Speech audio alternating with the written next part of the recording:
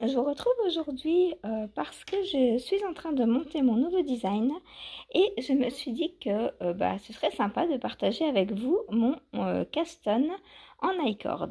Donc je monte avec le fil de Crystal Tricot, son Merino soie donc non superwash lace qu'elle avait sorti donc l'année dernière, c'est le mois du muguet. Voilà.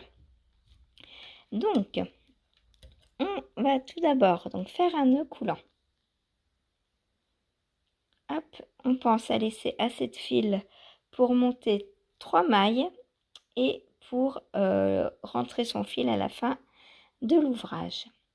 Donc, je monte 3 mailles. Le nœud compte 2, 3. Ensuite, je prends donc l'autre bout de mon aiguille, donc l'aiguille de gauche, et je vais faire glisser mes 3 mailles sur l'aiguille de gauche.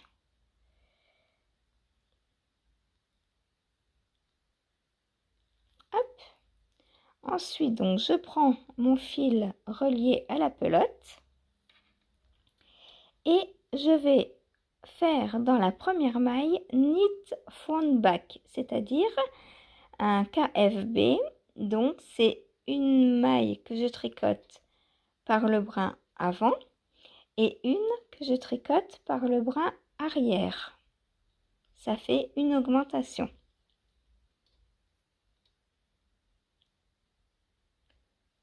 Voilà, vous voyez, je me retrouve avec 2 mailles sur l'aiguille de droite.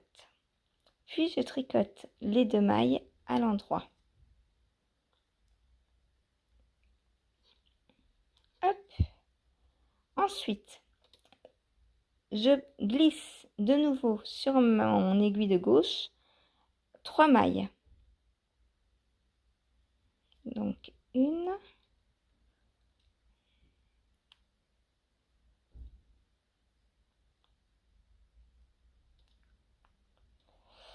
la soie glisse.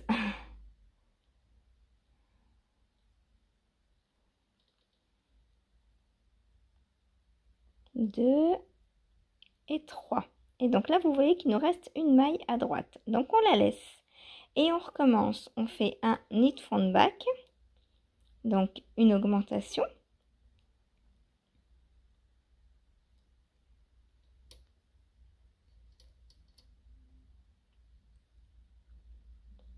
Puis on tricote les 2 mailles qui restent sur l'aiguille de gauche à l'endroit.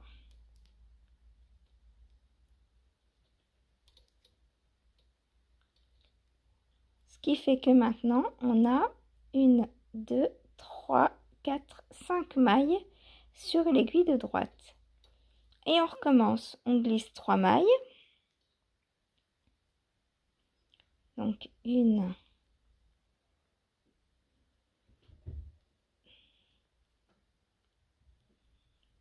2, 3.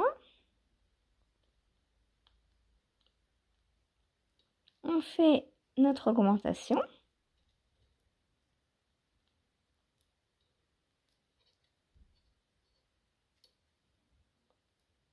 Et on tricote les 2 mailles en droit.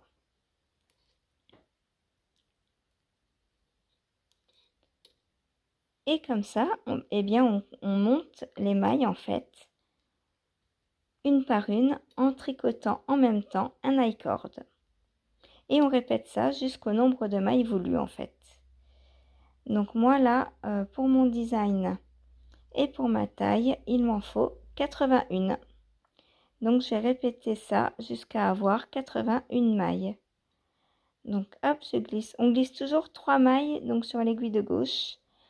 On fait une augmentation.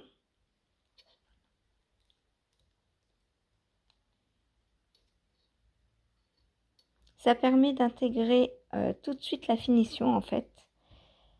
Et on tricote les 2 mailles de l'aiguille gauche à l'endroit. Et voilà.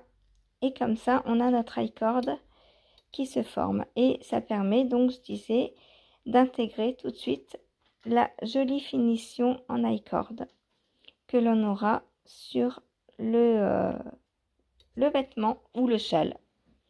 Voilà, j'espère que cette petite vidéo vous aura plu. J'espère que vous avez bien vu. Si la vidéo n'est pas claire, si j'ai mal expliqué, surtout n'hésitez pas à me le dire en commentaire. Et voilà. Et si ça vous a aidé, bah dites-le moi aussi, ça fait toujours plaisir. Voilà. Et bien moi j'ai continué mon petit taille-corde parce que 81 mailles, ça se fait pas en 2 minutes. À plus tard dans une autre vidéo.